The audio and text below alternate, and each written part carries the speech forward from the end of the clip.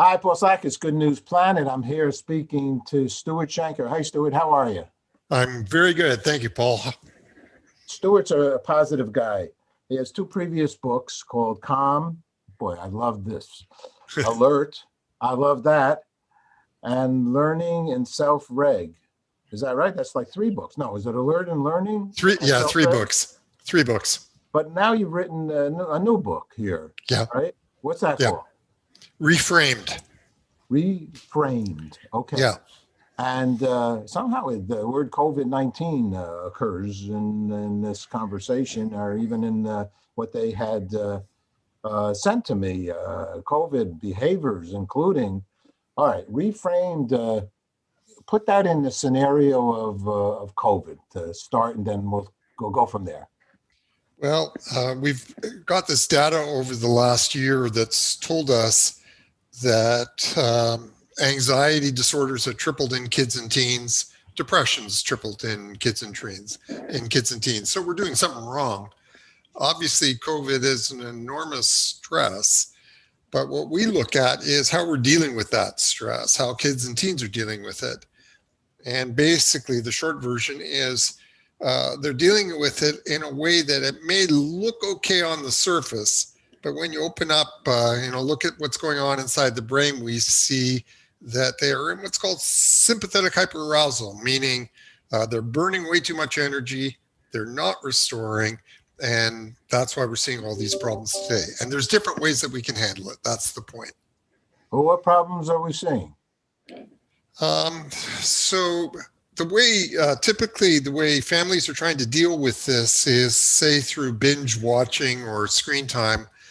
The problem with that is that in order for us to sort of restore our energy reserves, to fill up the tank, and also do some other stuff, cellular repair, boost the immune system, we have to go through periods of what's called restoration, where a certain part of the brain kicks in. And the problem is, if you've got a kid who's spending all their time, say, on their screen, is they don't click. We call it flipping the switch. They don't click that part of the brain they need to restore. So that's what we're seeing. We're seeing kids that aren't restoring their energy, and the result is anxiety, or the result is depression, or behavioral problems, or learning problems.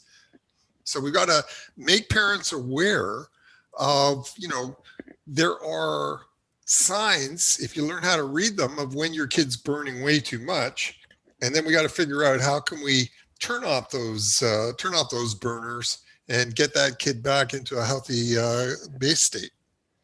Well, do we throw them into the backyard or around the playground, and do we give them a basketball and say, shoot here, but don't play with anybody else? The thing is, every single kid is different, and that's hugely important. So what works for one kid won't work for another. And let me add something to that.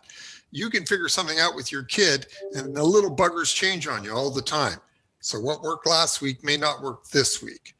So here's my favorite example. We work all over Canada, and I was working with a group up in the very far north of Yukon, and they had 20 kids all in a class, really 12-year-olds all suffering.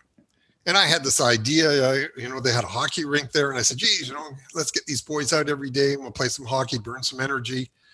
But no, they didn't want to play hockey. And any idea I came up with, they just dismissed. And it has to be something the kids want to do, right? So I get an email from this teacher about 6 months later, and she said, thank you so much. You've transformed these children. I've never seen this kind of possibility. So I think, wow, geez, I guess they went and played hockey. So I go up to look at it, and the principal meets me, and she says, you got to see this to believe it. And there's little glass in the door, and we look through the door, and there's these 12-year-olds sitting around a table knitting. Okay? That's what the key was for these kids. So yeah, because you're not a Canadian if you don't go play hockey. I mean, you gotta they port you. Well, apparently, or if you don't knit. Well, Rosie Greer was a famous football player. Yeah, I remember Rosie Greer. And Rosie was known to be a great knitter. I did not know that. He was Rams, wasn't he? I'm not 100% sure, but Well, But during the Second World War, I then learned that that's what the Brits did when they had pilots shot down, the RAF pilots. They had them knit as a recovery programs. So it's not without precedent. But what we find is, there's any kind of way, you ask this question, what do we do with our kid? Do we throw him in the backyard?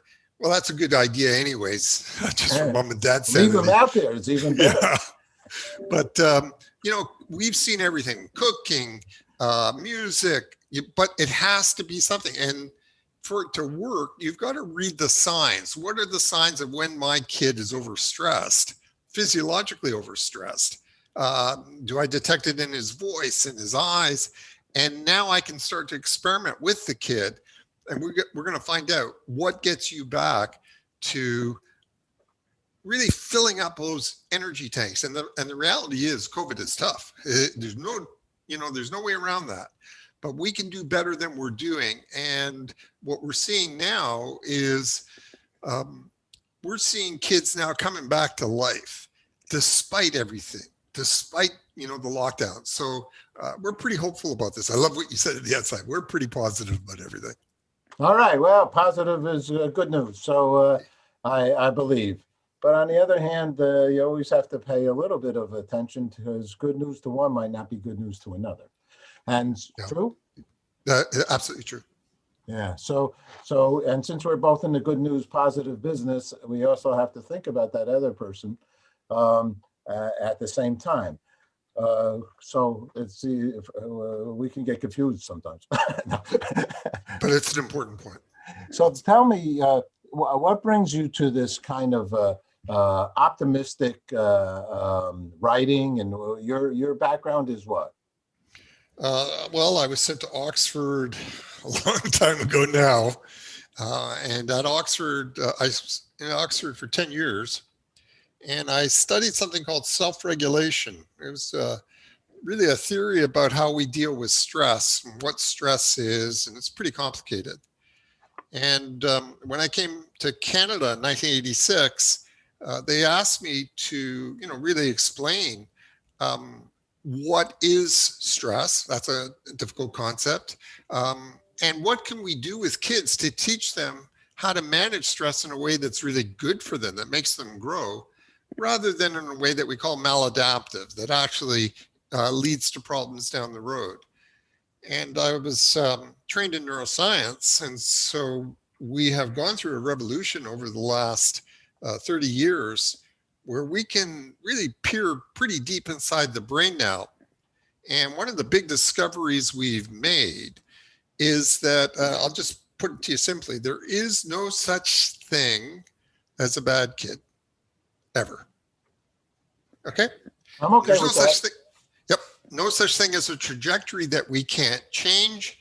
And now what we're starting to reframe is, for example, an IQ test. An IQ test is telling us something, but it wasn't telling us anything like what we thought. And what it's telling us is that there's something holding that kid back. And if we can figure out what that is that's holding the kid back and release it, that kid's going to blow you away. And that's what happens in our work across the country. Just case after case after case where children were written off. We figure out what's holding them back, whether it's in schooling or in emotions or in social, release those brakes, and that kid just blows us away.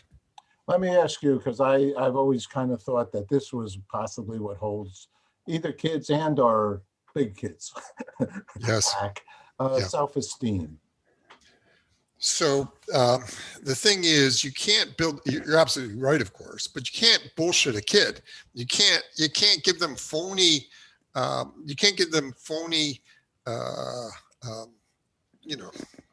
attempts to make them feel better about themselves when they know they really did badly. The greatest way to build a child's self-esteem is when they can see something that they wanted to conquer, something they wanted to master but couldn't. And then it turns out, so one of the examples we give of this in the book you've got, Reframed, is math. Working with all these kids that we show, we figure out what are the brakes, what's holding them back in math, release those brakes. The kid discovers that they can do it, and that's how self-esteem explodes on the kid. The kid now knows that it's within my capacity to do these things once I figure out what the stresses were that were holding me back. And we can always figure it out. It just sometimes takes a little longer than others. That's very good. So what you're saying is, I mean, in essence, talk is cheap. Hey, kid, Yeah, exactly. you're good, but wow, you were able to add 3 and 3 and You got got it. 6, and Paul, you got it. all on your own. And You got it. right, that's a You got it, beautiful. Paul. Yeah, that's a good thing. Well, I had a buddy who told me that it's it's all about deeds. He used the word deed, the deed of doing, the deed of accomplishment. And I agree, and I apply to myself what you're saying too. I can say I want to do X, Y, Z, but until I'm in never ever land. Actually, right? I'm in the false scenario. I mean, it's good to have dreams. Yes. But if they're not actionable, right? Or what do you think? Yes. So that's what we do, and we go in. We work with parents, and we work with educators, teachers, and we teach them. Here's how to read the sign of when this kid's, we call them limbic breaks. A limbic break is basically something deep inside the brain. When the kid's got sticky or, when the limbic breaks are holding him back. Now we want to figure out why. And the answer is always the same. The answer is the kid's under too much stress. Now, stress is a real complicated concept. It could be physical stress, emotional stress. It could be cognitive stress. We got to figure out what the stresses are. And by the same token, stress is really good for us. Kids need stress. So what we got to do is we've got to teach them how to handle stress in a way that leads to growth. And your example of 3 + 3 is an example of growth. What we're seeing today across the board is a generation that are hooked on maladaptive ways of dealing with stress. So maybe the way they deal with stress is they run away from it, or they wait, or they'll eat something really sweet to give them that little bump, or all kinds of avoidance or denial or suppression. And so what we do is we figure out what are the stresses are that are real tough for you. And now we start to give them adaptive ways, growth ways of dealing with their stress. And they find they don't need to run away. They don't need to pretend it's not there. That's how they grow. So, I'll share one other thing with you because I spent 2 years with Channel 13 PBS working, and we did the first Brain series. Okay. Oh, really? And I was, I'm not a scientist, but I was a TV production guy. All right. I was with them. And so we created this series, which was the biggest series on Channel 13. The success would be the question of whether the station would go out of business or not, okay? Because Annenberg gave them $20 million and they weren't fooling around. This thing had to be good, okay? Yeah. And I was actually the last man standing, me and one other guy, all right? We made it through the 2 years.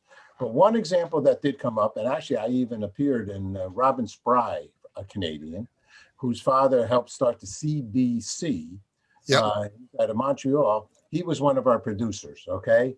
I did a whole scene in Mount Tremblant. In any case, on the famous scene about Phineas Gage. Yeah. You might know I do. well.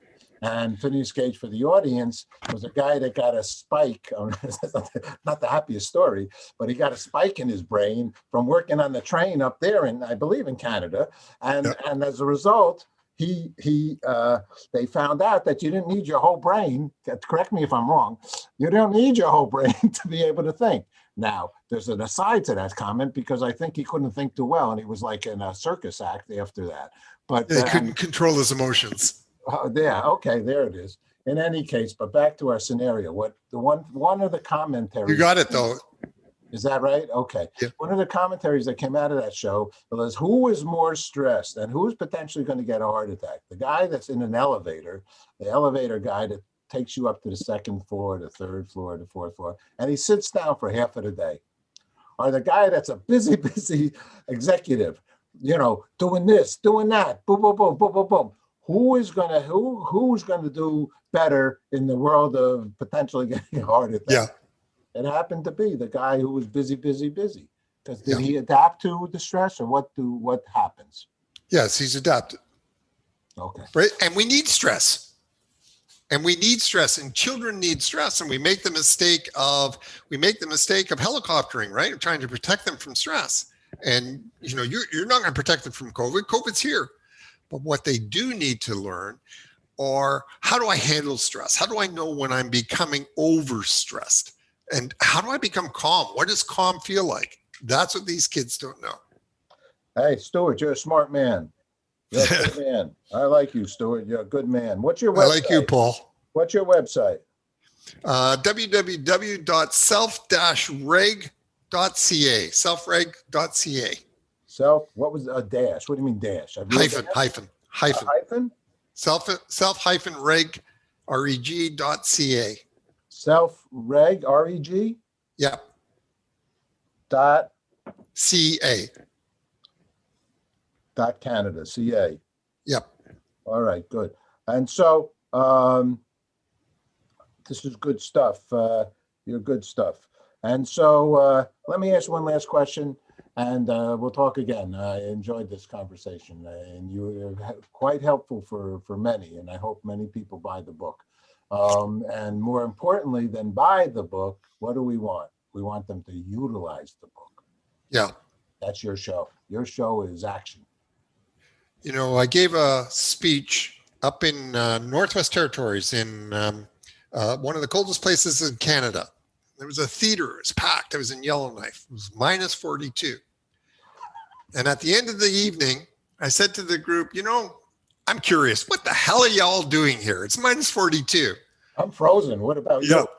There's a little guy standing up, and it was SRO. He's standing up in the balcony, and he says, it's because you give us hope. And that's what our message is. All right. Well, then I'm going to ask you, because we ask people this, and we ask people what is either peace, because we have a movie that we did, Woodstock Forever, Peace, Love, and Hope. Yeah. So, because I did the 20th anniversary of Woodstock. Love it. And so, I mean, we're really on the same page. So I'm going to ask you, Stuart Shanker, a famous name here in the New York educational world. I guess it runs in the family. What is hope for you? That there is no single kid whose life we can't turn around. And I'm going to go a step further, because you touched on it, that, the U.S. may look pretty scary at the moment, pretty polarized. And I have tremendous hope for your country. You inspired Canadians from when I was a kid, and you will do so again. Ah, men are women. Thank you, my friend. Okay. It's absolutely wonderful, Paul. Take care. You too.